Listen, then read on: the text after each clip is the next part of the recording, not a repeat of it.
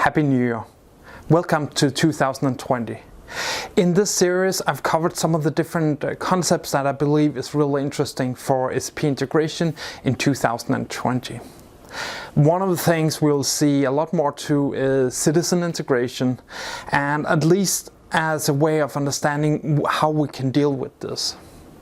So citizen integration, as I understand it, is the ability to give business users access to create integration themselves. So you as an integration architect could just sit back, say these are the services that we can do integration with, pretty easy, and then people can do integration the way they want. They can take the business objects, send them around between these different systems with some restrictions. It sounds pretty simple. It's probably pretty difficult to really make it work in a simple way. So some of the things that I think is involved in this is it needs to be pretty simple for users to use, so like no code or low code, so they should not be able to code a lot of things, creating XSLT and mappings and all these kind of things.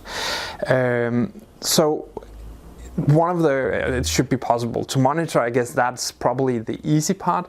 The more difficult part is about creating a good governance structure that really works. So imagine you have access to all your customers. Who is actually able to take these customers and deliver it to different systems, and what should happen if they do, and managing this concept. And I think that is probably the Achilles heels about this, because we can probably find systems that will allow users to take all data and send them somewhere else.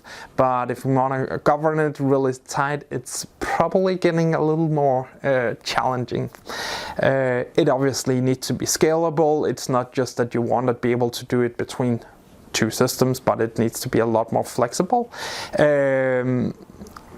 You may see that some of the integration they were created as this citizen integration will be moved from citizen to mainstream integration department to manage, because the sheer volume of work or who's using this, and they just want to say, okay, now this is our global template, and you want to consider how can we do these different kind of things.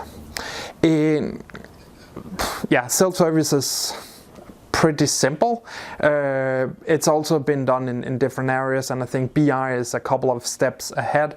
The ability for people to do BI reports, and I do think that that's also, maybe it's a little more simple, because I would assume is mostly just creating a couple of different data sets, and then users can create their own reports on top of these different data sets, combine them in a way that makes sense for them, and you can give them, and they will only have access to a certain amount of data in that data set.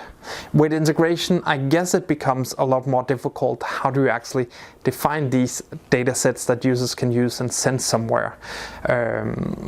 But at least it's great to get some inspiration about what's going on in different areas. In SuccessFactors, for instance, there's a dashboard you can go into as a business administrator, create a report about all the employees, phone number, or whatever, and send it if they fulfill some criteria that they were hired within the last 5 days or something like that. So there's some logic that allow you to create these kind of reports, and I think that is really interesting from a citizen integration perspective, because that allows you to create the right data, because you're the business user, you know what's interesting and what should be sent, and hopefully you also know about what it needs to be in the other system. I don't know if all the other applications from SAP has similar concepts for handling citizen integration. In my business, I'm using Zapier, and it's kind of similar concept. Here it's really made to make integration easier for small businesses. So it will create a lot of different applications, so you can find a Jira component, and that means you can send messages to this Jira component and it will create a Jira ticket. We used it, I think we spent like 15 minutes about sending a message from our alerting tool to Zapier and then sending into to Jira, and that was really simple. If it scaled to a Fortune 500 company, I don't know. But I do think that the concept is really interesting, that there's just been created a lot of different connectors that you can use. In SAP world, there's obviously the open connectors, or the founder of these cloud elements that has some tools similar to Zapier that allow you to take some data, send it to different locations depending on what you want to do with it. So it's, I don't know what, it's probably not at the level where you can give this to all business use and they can create integrations in it.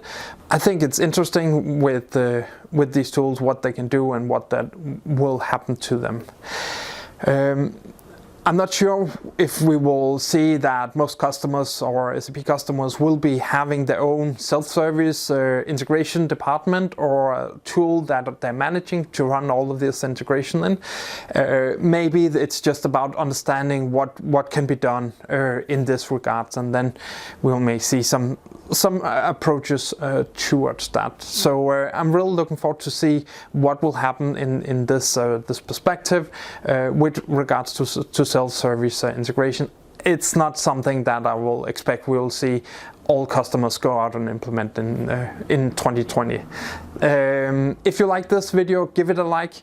If you want to see some of the other topics where I'm covering a lot about this integration in 2020, what some of the other hot topics, there's a link to a blog post below. Go check it out. It has all the resources, all the different videos on this topic. So hope you enjoyed this. Thank you.